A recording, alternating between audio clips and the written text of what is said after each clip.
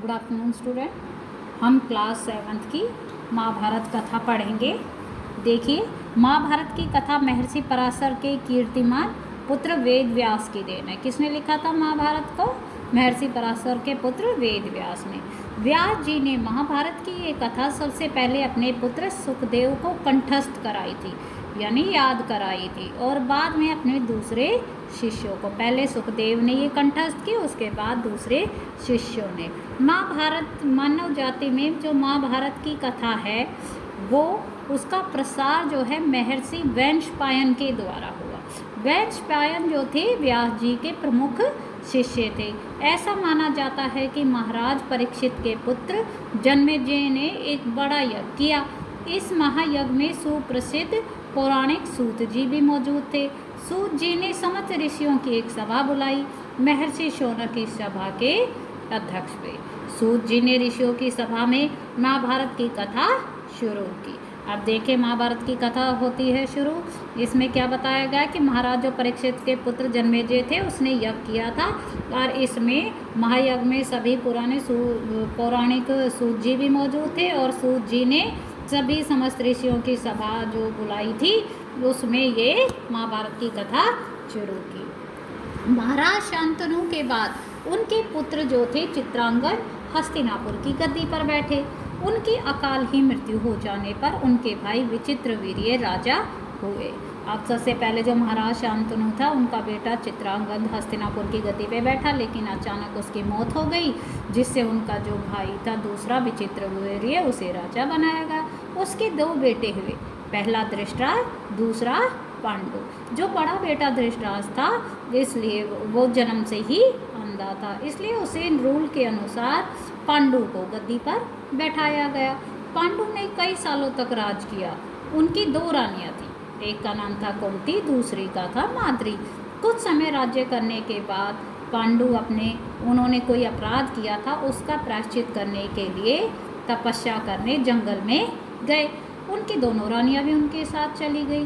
वनवास के समय कुंती और माद्री ने 5 पांडवों को जन्म दिया, यानी पांडु के 5 बेटे हुए। कुछ समय बाद क्या हुआ, पांडु की मृत्यु हो गई। पांचों अनाथ बच्चों का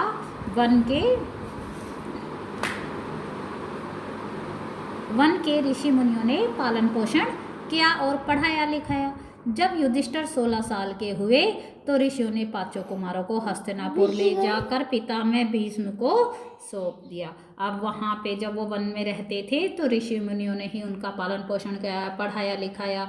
लेकिन जब उनका सबसे बड़ा बेटा पांडु का 16 साल का हो गया तो ऋषियों ने क्या कहा, 5 कुमारों को हस्तिनापुर ले जाऊंगा, और वहाँ उनके पितामह भीष्म थे उनको दे दिया। जो 5 पांडव थे बुद्धि से बहुत तेज थे और शरीर से बहुत बलशाली भी थे। उनकी जो तेज बुद्धि और मधुर स्वभाव था उसने सबको मोह लिया। ये देखकर जो धृतराष्ट्र के बेटे कौरव थे उनसे जलने लग गए। धृतराष्ट्र के बेटों को कौरव कहा जाता था और पांडु के बेटों को पांडव कहा जाता था। तो वो पांडवों को तरह तरह के कष्ट पहुंचाने लगे। दिन पर दिन कौरवों और पांडवों के बीच दुश्मनी बढ़ती गई। अंत में पितामह भीष्म ने दोनों को किसी तरह समझाया और उनके बीच संधि करवा दी, मेल मिलाप करवा दिया, और भीष्म की आज्ञा के अनुसार कुरु राज्य के 2 हिस्से कर दिए। कौरव हस्तिनापुर में ही राज करते रहे और पांडवों को एक अलग राज्य दे दिया गया जिसका नाम था इंद्रप्रस्थ। इस तरह कुछ दिन तो शांति रही।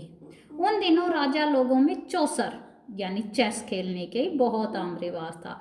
राज्य तक की बाजियां लगा दी जाती थी। इस रिवाज के मुताबिक एक बार पांडवों और कौरवों ने चौपड़ खेली। कौरवों की तरफ से कुटिल शकुनी खेला, क्योंकि कहा जाता था वो जो भी अपने दिल में मन में अंक सोचेगा वो ही आएंगे। उसने युधिष्ठिर को हरा दिया, इसलिए जो पांडवों का राज्य था वो छिन गया और उन्हें 13 साल का वनवास भी भोगना पड़ा। उसमें यह एक शर्त भी थी कि 12 साल वो वन में रहेंगे और एक वर्ष अज्ञातवास यानी छिप कर रहेंगे। अगर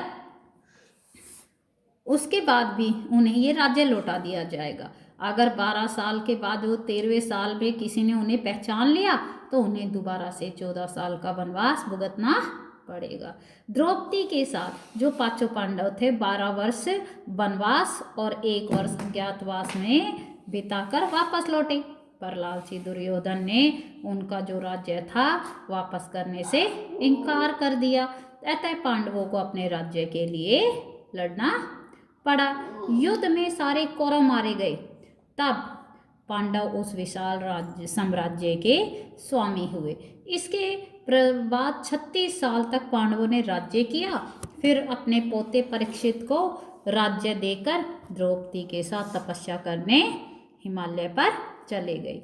ये संक्षेप में यही महाभारत की कथा है। अब हम अगले वीडियोस में इनका शॉर्ट रूप पढ़ेंगे कि शांतनु कौन था, धृतराष्ट्र कौन थे, उन सब के बारे में अगले वीडियो में बताएंगे। ये इसका एक छोटा सा महाभारत कथा का